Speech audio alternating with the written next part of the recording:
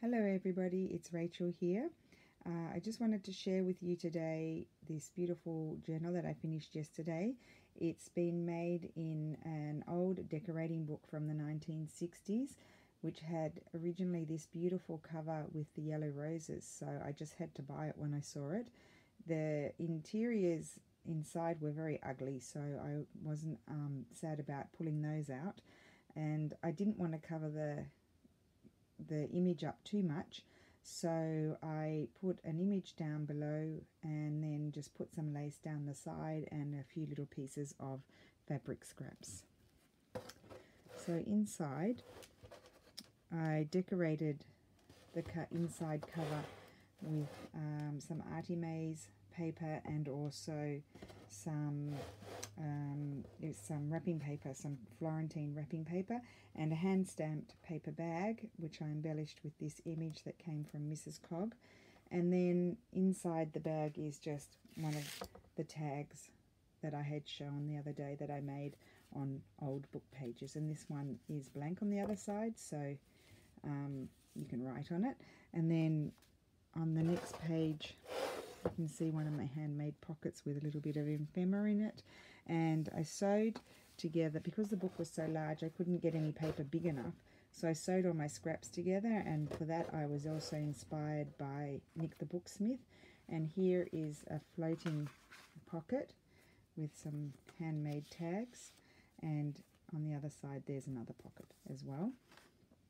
I can't remember who where this paper kit comes from, but I'll put a link in below when I am able to get to my computer.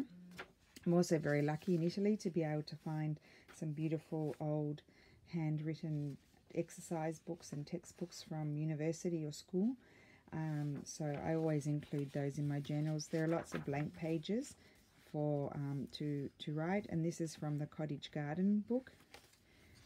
This is an Artimaze paper, little journaling booklet that I made a while ago that I decided to put in. There you go. And then just some old book pages,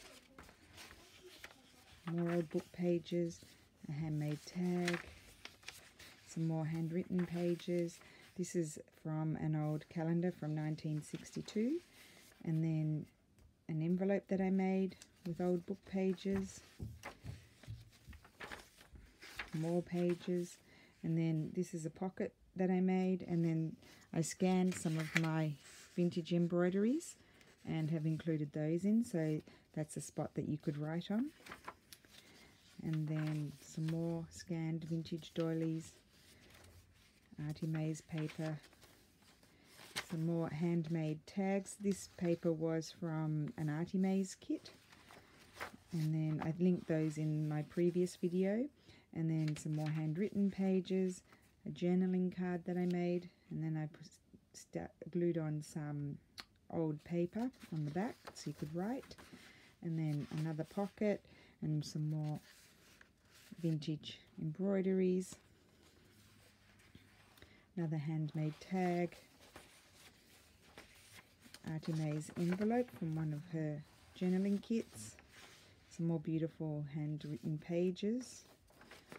And then this is some fabric that I had sewn a while ago, and I had scanned it to include in my journals. You'll see the other side in a second. I actually had made a pouch of that. Another scanned doily, Edith Holden pages, some more Edith Holden, some more handmade tags and pockets. This is vintage ephemera garden paper, an old children's book, very old music paper. I have a lot of that here, and I'm able to come by that quite easily here. This is the other side of my pouch that I made a while ago. Handwritten pages, tags. Oh, this is a beautiful old postcard that I found at the antique markets from about 1899, 1900. One of my favourite pockets that I stitched. And I think that paper comes from, it's a digital kit from, I think they're called Digital Paper on Etsy. Another handmade tag, some more papers, lots of places to write. More from a children's book. Artie Mae's paper.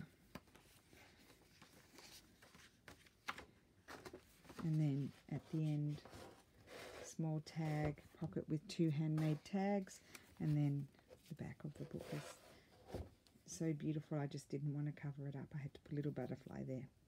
So I hope you have a wonderful Easter. I hope to be back soon, and have a great day. Thank you.